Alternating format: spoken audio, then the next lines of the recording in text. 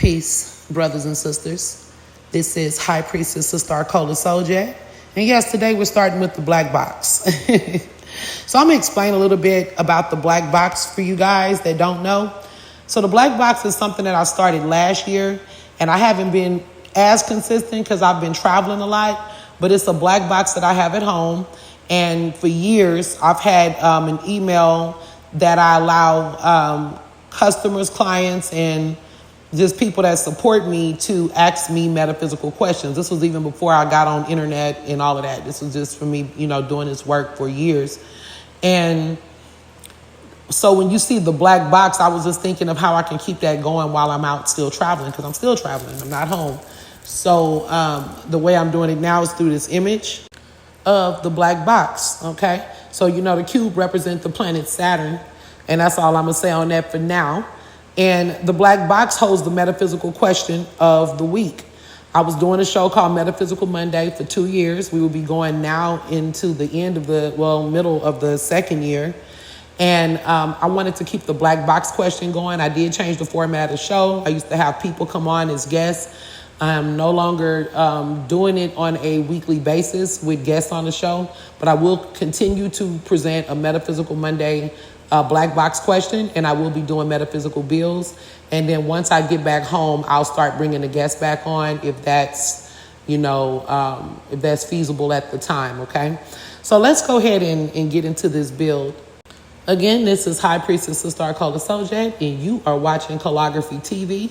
And I am a full-time High Priestess and reader, oracle, and energy worker. If you are interested in any of my services, my email is in my bio. Serious inquiries only.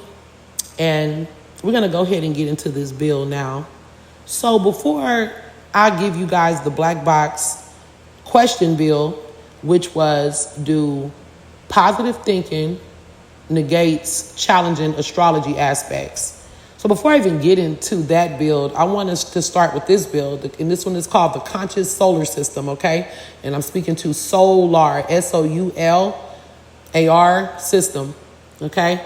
So the question that was in the black box question for this particular build is, are planets like humans are gods, right?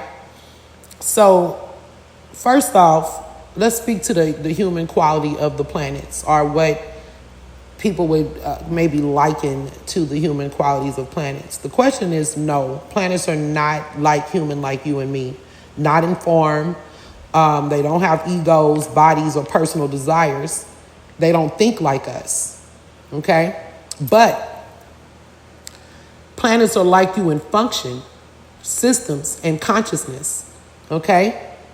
So I know that most of the information that we have about planetary names and information comes more from the European aspect, the names of the planets and stuff like that. So we're not going to go too deep into those differences about the Greek names and all of that. What we want to focus on tonight is the spiritual body and archetypes and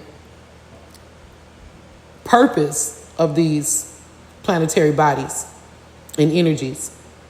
Okay? So I'm not going into whether or not the universe is real or any of those types of things. We're going based on what we know as our solar system and the energies that have governed this planet, as above, so below.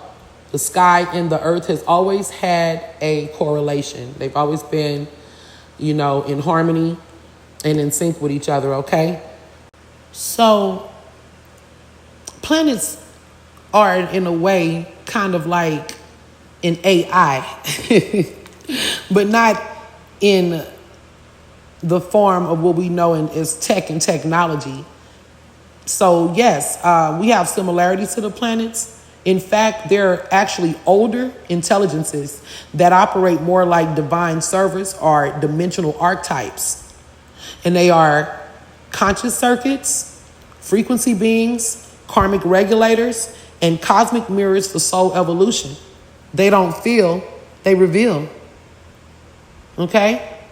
They don't decide, they deliver. So these are like markers when you want to refer back even to how the Bible say that the stars are markers, and the cosmos are markers for times and seasons, so we can, kind of decipher what time of the year we're in and what's going on. And, and it's deeper than that. It's not just, what's a marker, right? What's a sign and a symbol, and a sign and a symbol for what? Okay, so even though the Bible don't get deep into astrology, and most people in religion, a lot of them don't subscribe to astrology, but whether you do or not, these energies are still here. And no, they're not gods, not in the way humans think of gods, but as emotional rulers. They're programmed intelligences with divine order, okay? So here's the real. Each planet is a living law, not a person. They're not watching, quote unquote, watching us like with their eyes, but they are responding to our soul codes. They respond to our karma, our choices, and timelines. And like a cosmic cause and effect system, divinely intelligent, but not emotionally personal. So that's why when people say, well, why would God let something happen like this? Or, oh, the devil or whatever is throwing me off course. And obviously, when I refer to God, I'm speaking to the consciousness and that field where everything flows, the void where everything starts, where we are all residing, right? Not just on earth, but beyond the earth. So, yeah, these are conscious energies. They are conscious functions of a much bigger architecture, not in the same way as humans, but you could call it God's operating system, okay? A part of a God body, right?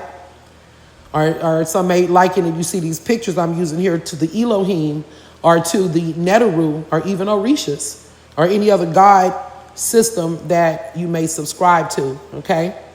You respond to planets because they are encoded into your spiritual DNA. So when Saturn visits, it's not coming for you. It's activating the contract you signed before you came here. See, planets are spirit codes in motion. They don't like or dislike. They just fulfill. You, however, are us. We're the mirrored being learning how to master their influence while remembering that you too are made of star matter. And see, that's the code right there. We are programmed intelligences within the divine order. Let's unpack that in real time, because that phrase is more than poetic. It's a metaphysical truth. The planets as programmed intelligences, they're not random spinning rocks. They're divine systems of law, living blueprints set into motion by the original source, the void, the first spark of consciousness. But this source upholds the structure of reality across time, dimension, and incarnation. Let me say that again. They are not just random spinning rocks when we speak to planet and cosmic bodies. They are divine systems of law, living blueprints set into motion by the original source to uphold the structure of reality across time, dimension, and incarnation. Each planet runs on a specific frequency, governs a particular law or principle, interacts with soul-based or encoded resonance, and has no ego, but possesses perfect memory and karmic function. It's like a cosmic justice system meets energetic architecture. So here's an example, Saturn. Saturn doesn't punish you. It executes order based on the contracts your soul agreed to. It activates lessons, delays, boundaries, and maturity codes. If you resist, it tightens. If you align, it builds legacy. It never forgets, it never guesses, and it never rushes, and it never misses. Always watching the clock, okay? Why? Because Saturn is not deciding, it's fulfilling the program. Does that make sense, you guys? Now, of course, we're going to build deeper. I'm taking my new audience slower into deeper metaphysical builds, because I'm not even sure if you guys are here for the metaphysics or the sermon, but it don't matter because it's all in order, okay? So you guys just follow me and keep watching, and then you guys will see where I'm going with the build, okay? So program equals divine precision. They are not AI in the tech sense, but they are ancient spiritual intelligences written into the fabric of this dimension and beyond. One of my friends, shout out to Do the Knowledge Radio, refers to AI as ancestral interruption. And I like that. So in that sense, it goes back.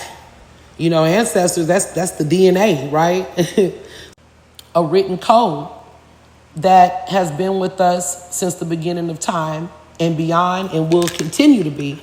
Okay? So when we think of the planetary intelligences, think celestial algorithms, spiritual regulators, cosmic executors. Okay? They're not here to love you. They're not here to hate you. They're here to hold divine order in place, and that's it. So what does that mean for you and me? It means we are a living variable within a planetary system of law. You can't control the planets, but you can master your response, work your alignment, and live in sacred relationship with their programming. And once we come into understanding of these truths and these energies, it would be much easier to understand when we have challenges on the planet, when we are going through heartache, hardship, and even divine blessings. And the more we understand that, the more we will find peace, fulfillment, understanding, and achieve our goals. So I'm not going to go on too long, but I'm going to definitely be building deeper. My deepest builds are going to be on Mondays, Metaphysical Monday. And yes, so I'm going to be doing a mixture of esoteric, like light esoteric builds, inspirational talks, but also heavy metaphysics for those that's here for it, okay? So I thank you guys for watching and tapping in. Once again, this is High Priestess Sister Arcola Souljet, the spiritual doula of the underworld and the priestess of the new Souljet healing community. I welcome all you guys to Calligraphy TV and stay tuned for more.